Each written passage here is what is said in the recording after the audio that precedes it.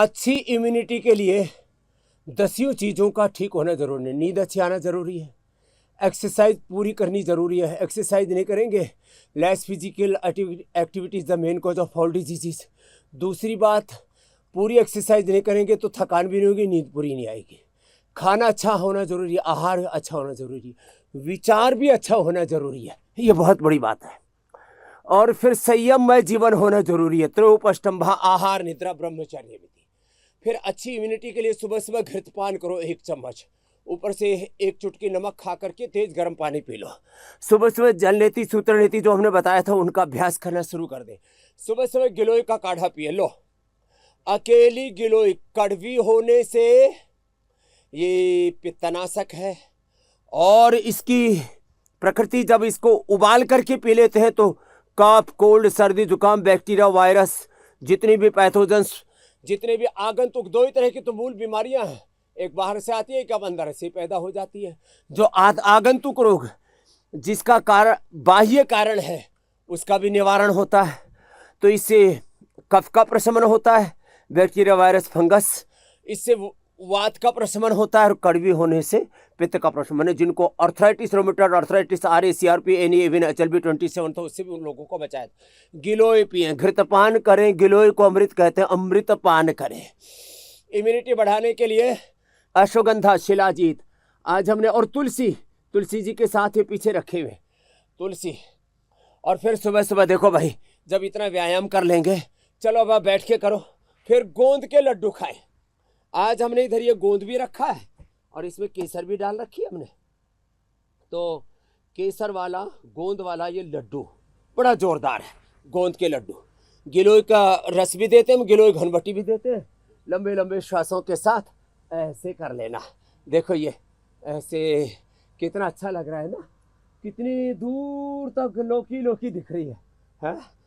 तुम्हें आज लोकेशन कैसी लगी? लौकी की लोकेशन लौकी लोकेशन पर योग हो रहा है, लंबे लंबे श्वासों के साथ ऐसे।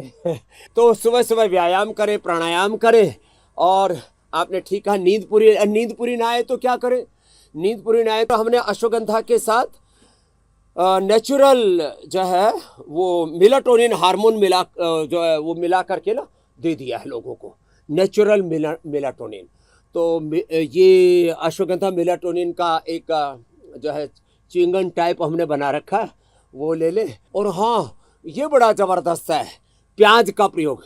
प्याज की सब्जी किसी भी सब्जी में प्याज मिला ली जाती है ना, सलाद के रूप में प्याज खा ली जाती है, इससे नींद बहुत अच्छी आती है। वैसे हमें इनमें से किसी की ज़रूरत नहीं, हमारा तो नींद प्रतीक्षा करती रहती है। ये स्वामी रामदेव कब बैठे, कब मैं इसको ढा दूँ, नींद प्रतीक्षा करती रहते हैं। लोग नींद की प्रतीक्षा करते हैं और नींद हमारी प्रतीक्षा करती रहती है। तो ऐसा योग करेंगे ना तो नींद भी अच्छी आएगी। और इम्यूनिटी के लिए या आंवला, एलोवेरा, गिलोय, तुलसी, ये सब सुबह सुबह खाली पेट पी लिया करें। जिनकी पित्त प्रकृति है, बिना काढ़ा बनाए फ्रेश पी लें। आंवला, एलोवेरा, गिलोय, तुलसी, नीम, हल्दी, अदरक आदि, ये खाली पेट जिनकी पित्त प्रकृति है वो जूस बना के, बाकी इसका काढ़ा बना के पी लें साहब, सुपर इम्यूनिटी हो जाएगी।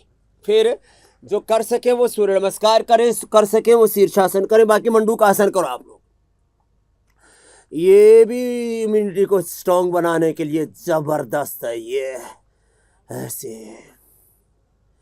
ये जितनी भी नेचुरल चीजें, नेचुरल घी है, नेचुरल तेलें हैं, नेचुरल दालें हैं, और मिलेट्स है, खान पान में ये परिवर्तन करें, मिलेट्स का सेवन करें।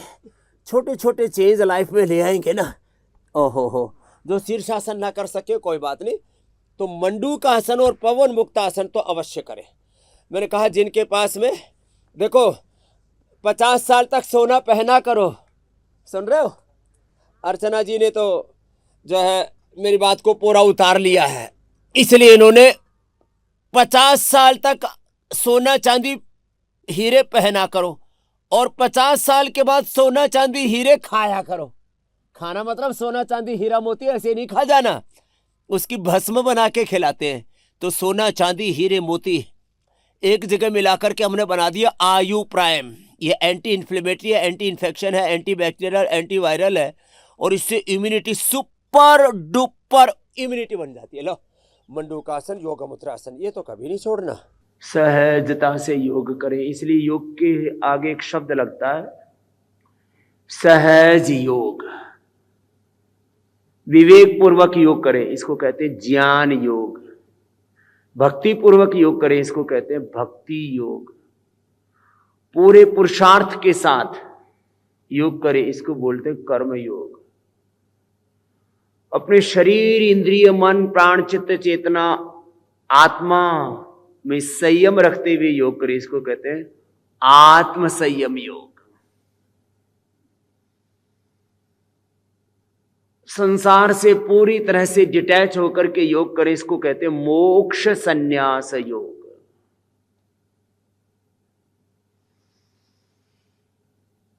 पिंड में, ब्रह्मांड में भगवान के विश्वमय और विश्वातीत, गुणातीत, भावातीत रूप को देखते हुए, अनुभव करते हुए, ये जीवन जगत, ये पिंड और ब्रह्मांड भगवान का ही मूर्त विग्रह है, और इस जड़ चेतन चराचर जगत के परे भी वही परात्पर ब्रह्म है, ऐसा मान करके योग करना, इसको कहते हैं विश्वमय योग, विश्वातीत योग, गुणातीत, भावातीत योग। अष्टांग योग के साधनों को साधते हुए योग करना, इसको कहते हैं अष्टांग योग। यम, नियम, आसन, प्राणायाम, प्रत्याहार, धारणा, ध्यान, समाधि पूर्वक योग करना। योग के जो साधन हैं, तपस्वाध्याय, ईश प्रणिधान से लेकर के तपस्वाध्याय, ईश प्रणिधानानि क्रिया योग, ये साधन योग। अंतर्मुखी होकर के योग करना, इसको कहते हैं समाधि योग।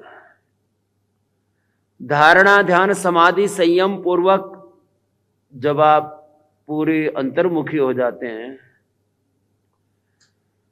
तो योग की दिव्यताएं आपके भीतर सहज रूप से घटित होने लगती है, प्रस्फुटित होने लगती है, इसको कहते हैं विभूति योग। और धीरे धीरे आपका शरीर, इंद्रियों और मन पर अधिकार होता चला जाता है। शरीर, इंद्रियों, मन पर आप विजय पाते चले जाते हैं, इसको कहते हैं प्रतिप्रसव योग, कैवल्य योग, गुणातीत या भावातीत योग। अब शब्द प्रयोग भिन्न है। योग दर्शन के शब्द हैं कैवल्य योग, प्रतिप्रसव योग, और इसको ही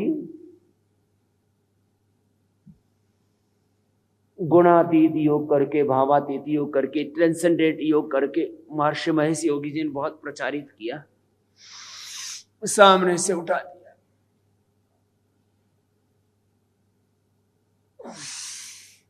पीछे से भी उठा। तो मैं कह रहा था, जब योग ऐसे विधि विधान के साथ करते हैं तब क्या होता है, we are achieving, when we are doing yoga properly, योग को पूरा ऐसे शरणागति के भाव के साथ करना, गुरु भगवान की शरणागति।